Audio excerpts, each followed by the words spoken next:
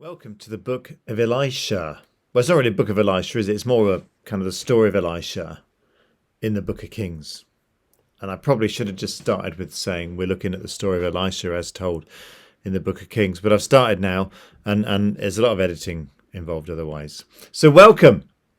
We're going to walk through the story of Elisha over 4 sessions, and it's going to be fun because I know this because I've read this already. And we looked at it a bit on Sunday, so this is a few days after Sunday. So I've practiced the sermon. You're getting the rehearsed sermon on Elisha. And I'm telling you, it's good stuff. You're going to find the story of Elisha in 1 and 2 Kings. Now, 1 and 2 Kings in the Old Testament is really one book. We kind of divide it into 2. I don't really know why. There probably is some reason for it. But the Christian Bible splits it into 2 halves. And they tell the story of the book of Kings, the 2 books, or the 1 book. The book of Kings tells the story of the kingdom of Israel from the time of the earliest kings, the death of King David, as it splits into 2, and then the nation slowly crumbles into exile. So it's not a happily ever after kind of a story, really.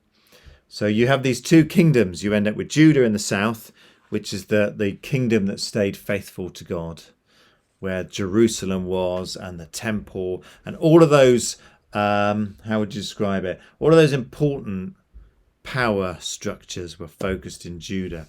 And Samaria, or Israel in the north, was seen as kind of having drifted off from God, which it does a lot, but then so does Judah, to be honest. So it's not a case of goodies versus baddies. Now, one of the differences is virtually all of the northern kingdom kings were bad. So that's kind of, the southern kingdom had good kings that came along. Josiah being one of the kind of prominent ones who kind of reforms the temple and gets a grip and brings everyone back together. But the northern kingdom, well, they fall first to the Syrian Empire, which then later falls to the Babylonian Empire. So you can kind of see this curtain coming down over this part of the world as the nations rise, or the empires rise and crush everyone before them. But all the way through this, the prophets are popping up going, you're going to have to watch it. Get a grip, sort yourselves out. So it's very interesting. Now, a very brief kind of the story so far kind of stuff. Elisha's mentor was Elijah. Now, Elisha followed on from Elijah. Now, Elijah's arch enemies, if you remember, were Ahab and Jezebel. They had that famous mountaintop God-off between the prophets of Baal and Elijah on his own, where the prophets of Baal put all this sacrifice up and they prayed and they did all this kind of weird stuff. Nothing happened. And Elijah's like, well, perhaps your God's gone to the toilet. Perhaps he's reading the newspaper. Perhaps he's just not, he's a bit deaf. And then Elijah pours water all over his sacrifice. He digs a trench and fills it with water, covers it in asbestos and aluminium foil, puts loads of fire extinguishers around, does everything he can to stop it burning. And he prays and God ignites the whole lot. And then there's a massive fight and a massive massacre like you get. And the prophets of Baal are routed. But Queen Jezebel is not happy because Queen Jezebel doesn't really like Israel's God. So she chases Elijah off and he goes into hiding. And in hiding, he thinks, what's the point of all this? And he ends up in a cave.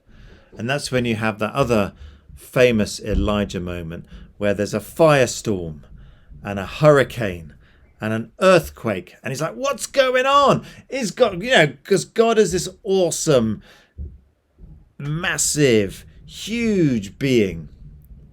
But God isn't in any of that. Or in this world shifting, this changing patterns of life. God isn't any of that. God is there, after all that, in this still, small voice. It's actually quite beautiful, isn't it? Because whatever's going on, God is there. God's become intimate again. And you do get this roller coaster. I never thought about this before through the Old Testament, particularly this part of the Old Testament, the early part, where God starts off the mighty God. He speaks and everything bursts into existence, doesn't it? In chapter 1 of Genesis.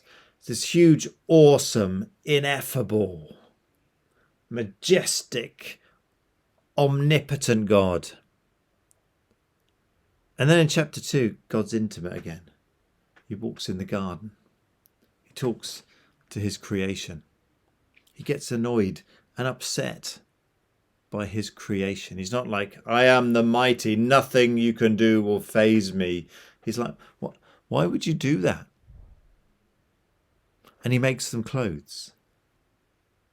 And he puts the clothes on them like a parent would dress a child.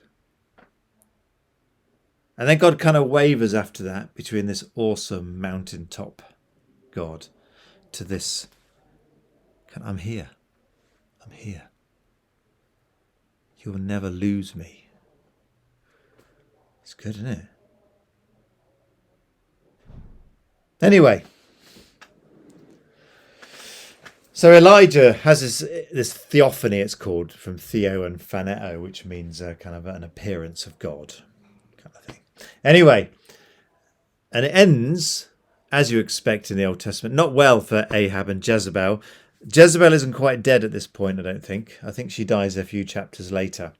But at this point, Ahab has died in his chariot. He was at a battle, he's at a fight, and he gets hit with an arrow. It goes through one of the joints in his armour. And he's like, I've been hit!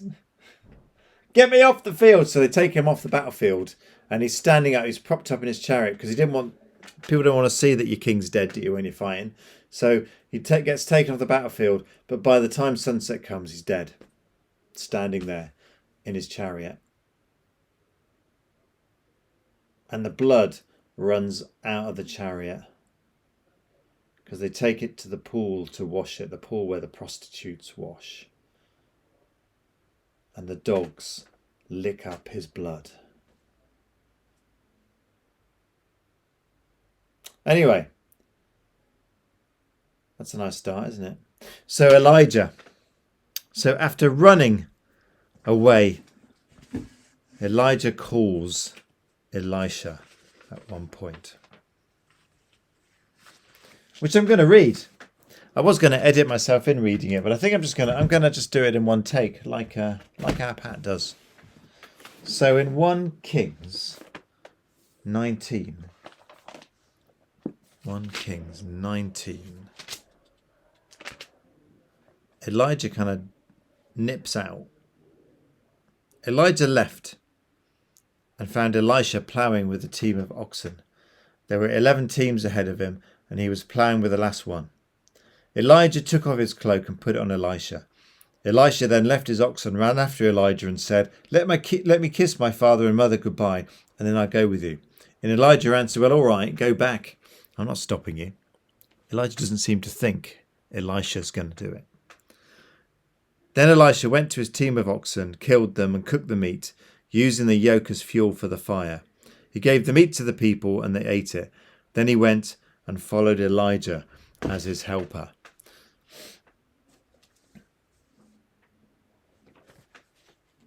So this is kind of where we get the phrase, passing the mantle, isn't it? Passing the cloak. So he literally puts his cloak on Elijah. It would be better if their names were more different, wouldn't it? It would make it easier, but Elijah. But anyway, it isn't. That's the way it is. So he puts his cloak on Elisha. He symbolically calls Elisha to this ministry of being a prophet. Now, the prophet's role, as I tell us every single time we talk about Old Testament prophets again and again, because we still think prophets are people that tell the future, because that's how it's sold by people who don't know what prophets are.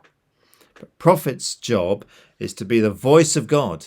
And when you look at the Old Testament prophets, they are the voice of God. And what are they doing? They're not saying, go to church and this kind of stuff. They, kind of sort of are indirectly. They're mainly saying about injustice. Look how you're treating people. Look what you're doing. Look how you've turned away from God. Turn back. Look after the people who are vulnerable in your society. And they do say that. I'm not being woke. That is actually what they say. Look after the widows and orphans. Look how you oppress the poor. Look how you use false weights and measures. God is concerned about justice. He's not really bothered about our new moon festivals and our Sunday morning worship and all that stuff. The prophets don't say go to church and wear a hat. The prophets say deal with the inequalities and injustice you see in the society around you. Particularly, the prophets say this to the leaders. Anyway, they do mention what's to come. They're like, if you don't get this sorted out, it's not going to end well. But they're not there saying, well, in this year, this will happen, and then that will happen, and these are the numbers you need for the lottery. That is not the prophet's job. Now, Elisha seems to have a slight wobble. Like, can I just go back home? And Elijah's like, well, do what you want. I'm not stopping you. Go back if you like. But that's your job. This is your job. And then Elisha, quite literally, metaphorically, burns his bridges. He burns his plough. He kills the oxen. He has a stake. And then that's it. He's on his way. There is no going back. And it's a big ask, because Elisha would have known about Elijah. He would have known this isn't a great career path if you want a comfortable life and a nice pension.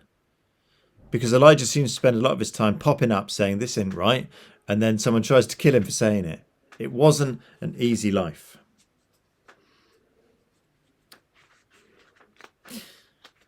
So that's how it started. It does make you wonder a bit about your own life.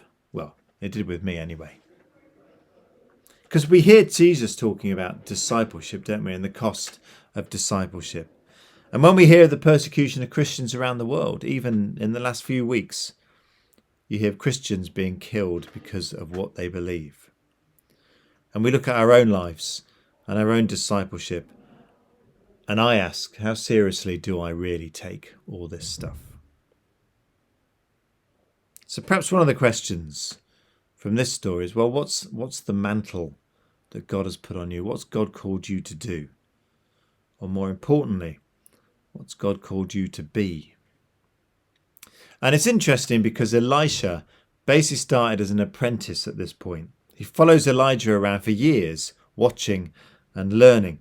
He wasn't just given a list of things to do. Yeah, off you go. You know, there's your list. Tick them off and you'll be all right. He's given a role. And this, I think, is part of our role. That's the price we pay as disciples, our lives and our devotion and our constancy. Stick with it.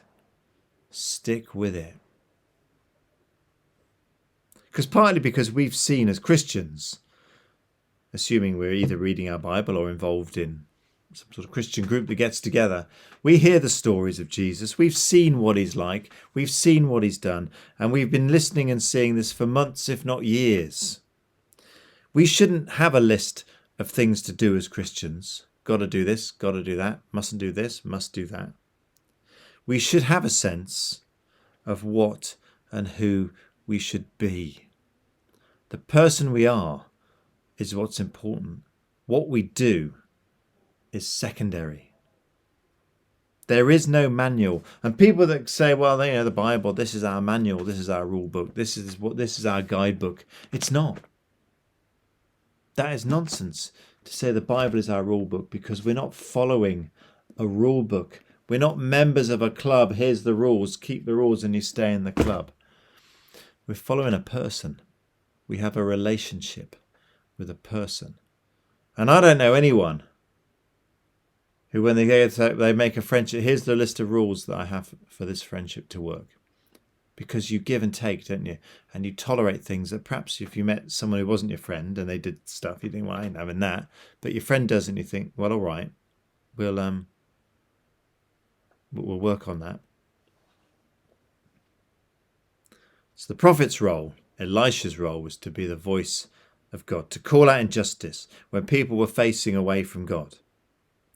So things have changed for us. Jesus has shown a new way. Following God is no longer a list of things to do, but it's a person to be, which is kind of what Elisha and Elijah had begun to model. But it's much harder to be than it is to do. Which tips us gently into the second book of Kings, and Elijah's fancy departure, which I'm going to read. I'm going to read the whole lot of this bit. So there's a bit of a shocker at the end if you don't know the story of Elisha, but we will refer to it. The time came for the Lord to take Elijah up to heaven in a whirlwind. Elijah and Elisha set out from Gilgal, and on the way Elijah said to Elisha, "Now stay here. The Lord has ordered me to go to Bethel." But Elisha answered, "I swear by my loyalty to the living God and to you that I won't leave you." So they went to Bethel. A group of prophets who lived there went to Elisha and asked him, "Do you know that the Lord is going to take your master away from you today?" "Yes, I know," Elisha answered, "but let's not talk about it." Then Elijah said to Elisha, "Now stay here. The Lord has ordered me to go to Jericho." But Elisha answered, "I swear by my loyalty to the living Lord and to you that I will not leave you." So they went to Jericho.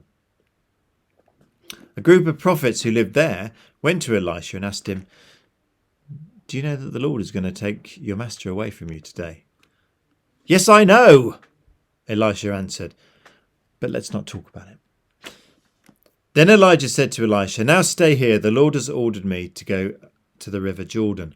But Elisha answered, no surprises, "I swear by my loyalty to the living Lord and to you that I will not leave you."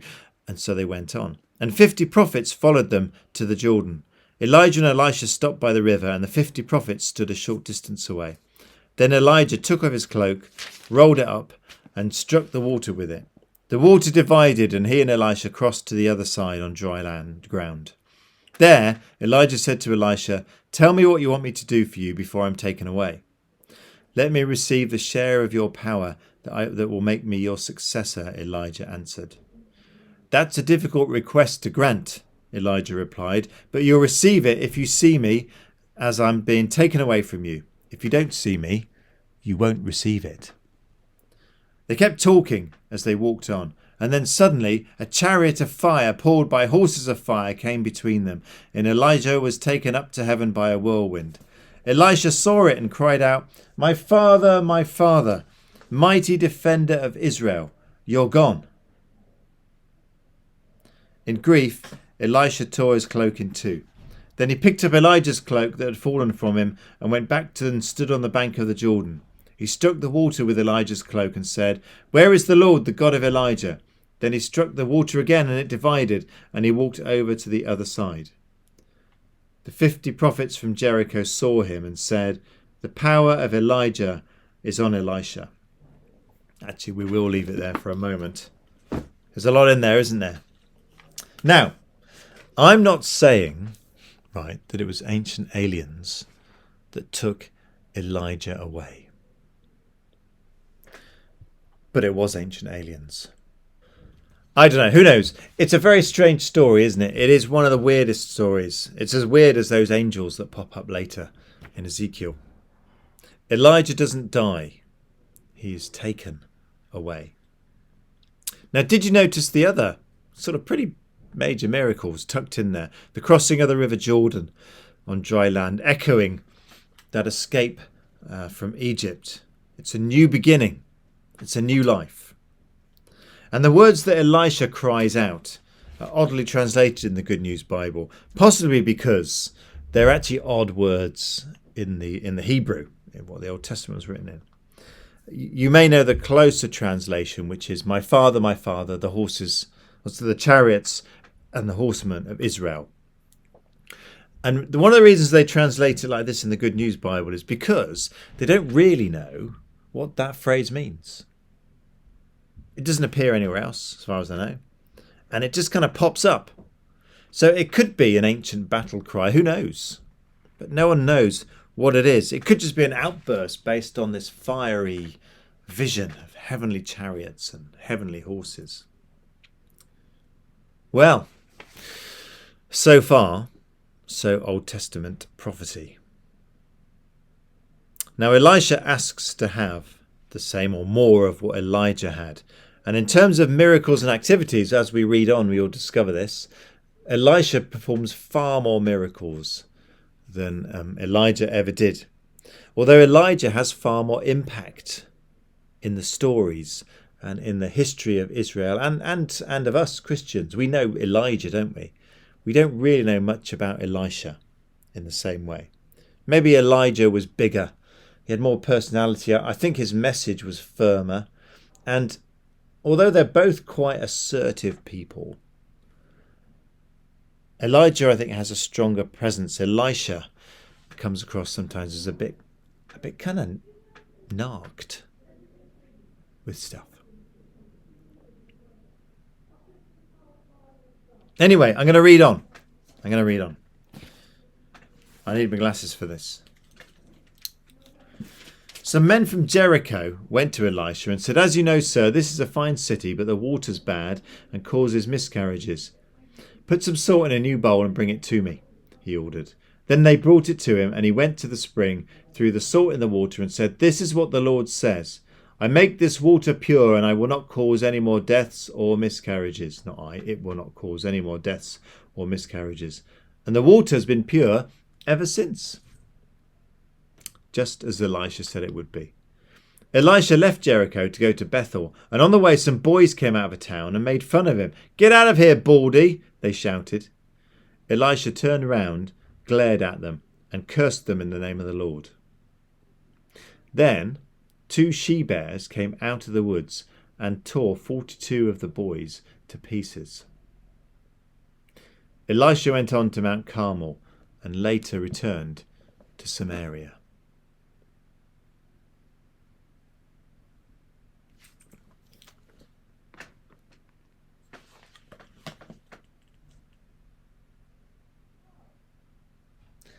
I'm not sure what to make of that one.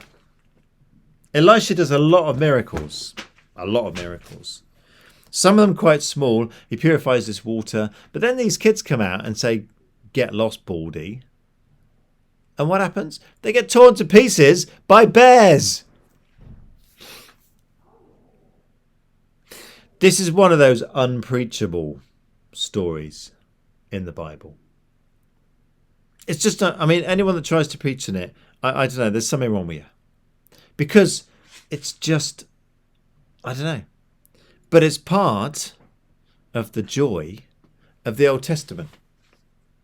It's crude and savage, inexplicable content that you just wouldn't put in your Holy Scriptures, would you? If you were putting your Holy Scriptures together, you wouldn't put that in. What is going on?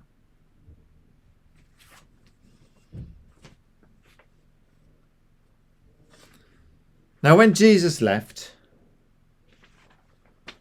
after Easter, after the resurrection, he doesn't go in a fiery chariot, but when he left, he passed on the mantle. And he said to his disciples, "You're going to do even more amazing things than me." He'd spent time showing his disciples what they were meant to be like, not giving them a to-do list. He gave them a to-be list. If you look at the Beatitudes, this is what we should be.